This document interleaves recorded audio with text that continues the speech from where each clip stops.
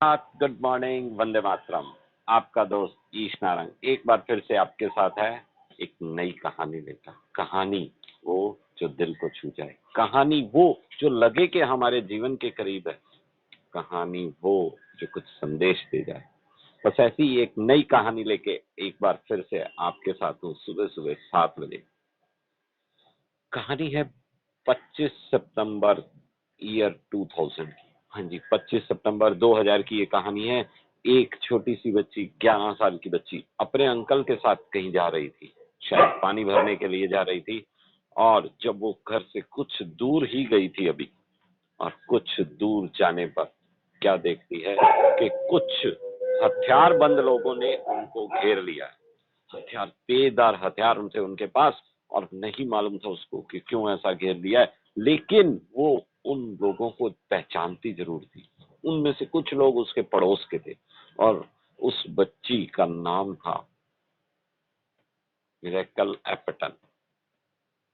हाँ जी, एपटन के अंकल को बहुत जोर से बोला गया कि बैठ जाओ यहाँ पर, और अपने घुटनों पर बैठने के लिए उसको बोला गया। और सिर झुकाकर जब वो बैठे तो उसको मारना पीटना शुरू कर दिया, उन हथियारों से उस पर हमला कर दिया।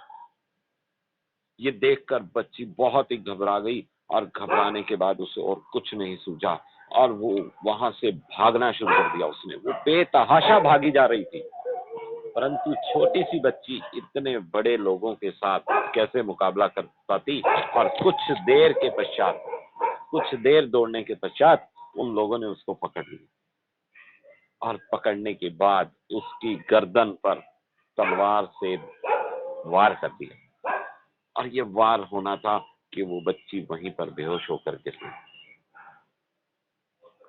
कुछ समय के बाद जब उसको होश आया तो उसने देखा कि उसके चारों तरफ खून ही खून फैला हुआ है, और वो लोग अभी भी वहीं खड़े हैं।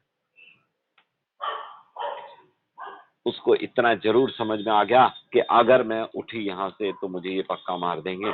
और वो वहीं पर बेसुध पड़े होने का नाटक करने लगी। वहां से वो बिल्कुल भी नहीं हिली। और कुछ देर के पश्चात वो सभी लोग, वो हथियारबंद लोग वहां से चले गए। वो जाने के बाद वो लड़की उठी, और उसने अपने घर की तरफ दौड़ना आरंभ कर दिया। और वो बेतहाशा दौड़ी जा रही थी।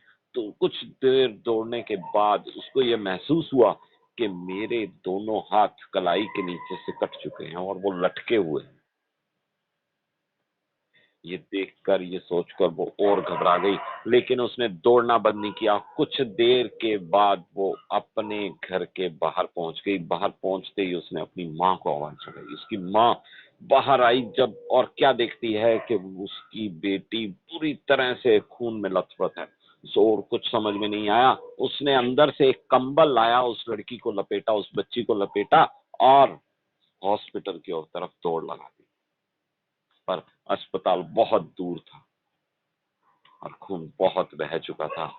हॉस्पिटल पहुंचने के बाद डॉक्टर्स ने बिल्कुल उम्मीद छोड़ दी थी कि हम इस बच्ची को बचा पाएंगे, लेकिन 5 घंटे के ऑपरेशन चलने के बाद उस लड़की को बचा लिया गया। परंतु वो डॉक्टर्स उसके दोनों हाथों को नहीं बचा पाए। और कहानी यहाँ खत्म नहीं होती, उसकी मुसीबतें भी यहाँ खत्म नहीं होती। जब वो वापस अपने घर गए तो क्या देखते हैं कि उनके घर को लूट लिया गया था, और जला दिया गया था। आग लगा दी गई थी। और अब उनके पास इतने भी पैसे नहीं थे कि वो हॉस्पिटल का बिल चुका सके, लेकिन किसी दूर के रिश्तेदार के थ्रू के आने से उन्होंने अपने हॉस्पिटल का बिल भी चुकाया, और उन पड़ोसियों को, उन हथियारबंद लोगों को सजा भी दिलवाई। उस बच्ची ने हिम्मत नहीं हारी। 2008 में हाई स्कूल पूरा करने के बाद उन्होंने अपनी होटल मैनेजमेंट की पढ़ाई भी पूरी कर ली। 2011 में उसने अपनी शेफ की एक पूरी स्टडी कंप्लीट करने के बाद एक होटल में शेफ की नौकरी कर दी थी। और शेफ की नौकरी उसकी बहुत अच्छी चल रही थी। और जब भी ऐसा कुछ होता है कि कोई असहाय व्यक्ति कुछ स्पेशल करता है, तो आसपास के लोग उससे इम्प्रेस हुए बिना नहीं रहते। तो मीडिया के लोग भी उसके आसपास आने लगे, उससे इंटरव्यू लेने लगे, उससे बातें पूछने लगे। लेकिन वो लड़की अपने काम में यथावत लगी रही, यानी बिना हाथों के उसने शेफ की नौकरी को जारी रखा। और एक दिन होटल शंग्रीला फिलीपींस से उसके पास किसी फंक्शन के लिए एज ए शेफ बुलावा है। उसने वहां जाकर अपना काम पूरी अच्छी समझदारी से निभाया, कंप्लीट किया, और वो काम करने के बाद फिलीपींस के शंग्रीला होटल में उसको नौकरी मिल गई और वो आज भी उसी होटल में काम कर रही है। कि कितनी अच्छी बात कि इतनी बड़ी मुसीबत आने के बाद भी उसने अपना आगे बढ़ने के जज्बे को कायम रखा और अपने आप को एक अच्छे मुकाम पर लेके आई। आज भी वो लड़की इस समय भी वो काम कर रही है शंग्रीला होटल में फिलीपींस के अंदर। तो उस लड़की से हमें, उस बच्ची से कितना कुछ सीखने को मिलता है कि जब भी हमारे ऊपर छोटी छोटी सी मुसीबतें आती हैं, हम घबरा जाते हैं, अपने काम को छोड़ देते हैं, अपना काम करना बंद कर देते हैं। इतनी बड़ी मुसीबत आने के बाद भी उसने अपने आप को अपने काम के अंदर जारी रखा। उसने कोई चेंज नहीं किया, अपनी मेहनत को उसी अनुसार वो करती रही। और उसने इतनी बड़ी मुसीबत के बाद भी कभी ये नहीं कहा कि हे भगवान मेरे साथ ही आपने ऐसा क्यों किया। और हम छोटी सी बात पे भगवान को कोसना शुरू कर देते हैं। अमेरिकन ये कहती है कि अगर आपके सपने, लक्ष्य की तरफ आप भगवान पर भरोसा रख के आगे बढ़ते हैं तो कोई आपको वो पूरे करने से रोक नहीं सकता।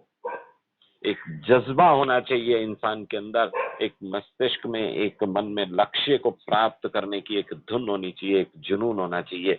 हम किसी भी लक्ष्य को आराम से प्राप्त कर सकते हैं। तो बस आज की कहानी यहीं तक। तो कल सुबह हम इसी लिंक, इसी प्लेटफॉर्म, सुबह 7 बजे फिर से मिलेंगे एक नई कहानी के साथ, एक नए संदेश के साथ। और ये कहानी YouTube पर अवेलेबल है। आप लोग YouTube पर देख सकते हैं, उसको देखें, शेयर करें, कमेंट करें और मेरे चैनल को सब्सक्राइब भी करें। तो आप सबका बहुत बहुत धन्यवाद, थैंक यू। और कल सुबह फिर से मिलते हैं हम, तब तक के लिए डोंट वरी, बी हैप्पी।